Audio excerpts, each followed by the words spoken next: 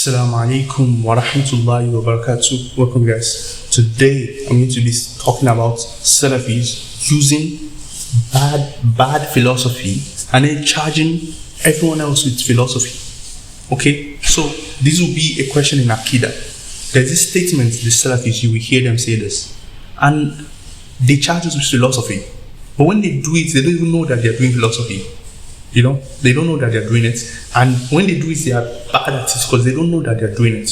Of course, not all of them. There are some of them that they know exactly what they mean. They know exactly what they're talking about, but most of them don't know this. Anyway, there's this idea in Aqeedah. When the Ash'aris and the Maturidi's says that God is not bounded by direction, or God is not in space and time. See this idea that God is not in space and time, that God transcends space and time. They will say this means that God does not exist. You see this thing, what you just said there, what you just said is philosophy. Okay? It's a kind of materialistic philosophy. You're saying if space and time doesn't exist, God cannot exist because there has to be some kind of space. God must have a particular, spatial dimension, and it must be in a particular frame of time. If not, you cannot conceive, because you cannot conceive of a being that exists without space and time. Therefore, you say God cannot exist without space and time. So you say, that's why you say is atheism, right? You say it's atheism. But actually, what you're doing is bad philosophy.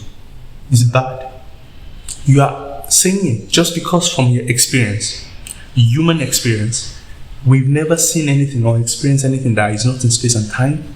You are making the assumption that therefore no being, nothing, not even God, can exist without space and time. When you make that statement, you are generalizing from your own limited experience to make an assumption about God without you even realizing it. So the Ash'aris, then they're saying, you know what, from what we've seen, yeah, it's true. We've never seen anything that is not in space and time, and that's how creations are. Everything we've experienced, everything we know is in space and time. But God is beyond it. Did you see? They didn't say God doesn't exist. God is beyond space and time. Do you see? There's difference between... So I made a video some time ago actually about something like this. Let's say this is a material. Then there's nothingness. Material and nothingness. But there's a middle ground. The immaterial. Okay?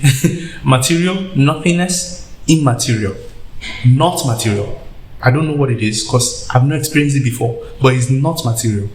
It's not the creation. Do you see? If you make it only two options, is either material or not material, that's when you will now say that if God is not made up of some kind of material, God is nothing. God cannot exist. Do you see?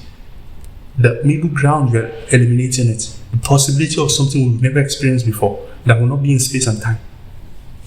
You see, this is bad philosophy, and if you don't know this is what you're doing. So when you don't understand, like, how can you say God is not bounded by direction? Istawa. When you are emphasizing a lot about istawa, what is really behind your mind subconsciously is this idea of God must have a particular dimension.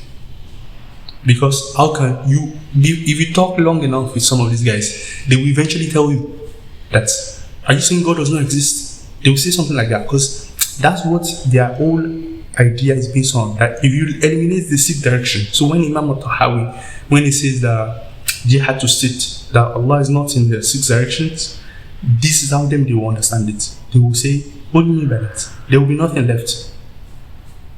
Do you see? So they will say, God cannot exist then. We deny this. But we are not saying this. We are saying God transcends space and time. Whatever it is, we leave the meaning to God. Do you see the difference?